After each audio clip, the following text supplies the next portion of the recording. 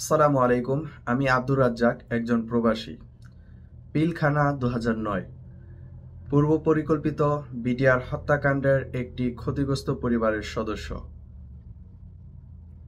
আমার ভাই মোহাম্মদ আলামিন মোল্লা ৪৫ রাইফেল ব্যাটালিয়ন, ময়মনসিংহে চাকরিতে যোগদানের পর দীর্ঘ ৪ বছর কর্মরত ছিলেন। তিনি বেসামরিক হওয়ার কারণে তার কোনো অস্ত্রের ট্রেনিং ছিল না। তিনি ছিলেন একজন চতুর্থ শ্রেণীর কর্মচারী। তাকে ময়মনসিংহ ব্যাটালিয়ন থেকে পিলখানায় প্রেরণ করা হয় তৎকালীন প্রধানমন্ত্রীর নাস্তা উপলক্ষে দায়িত্বরত হিসেবে, এবং তার নামে কোনো অস্ত্র ইস্যুও ছিল না। যে মামলাগুলো পড়েছিল সমস্ত মামলায় সে খালাস পেয়েছে।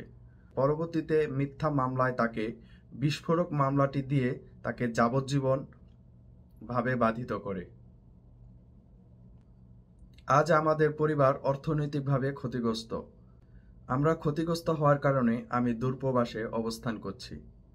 আমার ভাই জেলখানাতে দুইবার স্ট্রোক করেছেন। এখনও তিনি শারীরিক ও মানসিকভাবে অসুস্থ। আমরা দূরে থাকার কারণে এবং কর্তৃপক্ষের গাফিলতির কারণে সে সুচিকিৎসা পাচ্ছে না। আমার ভাইয়ের শুধু একটি অপরাধ ছিল, সে পিলখানাতে উপস্থিত ছিলেন। এর বাইরে তার কোনো অপরাধ ছিল না। এ কারণেই তাকে যাবজ্জীবন করে আসামি বানানো হয়।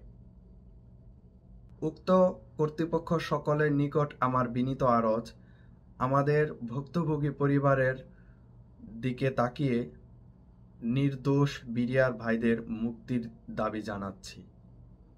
সবাই ভালো থাকবেন। আল্লাহ হাফেজ।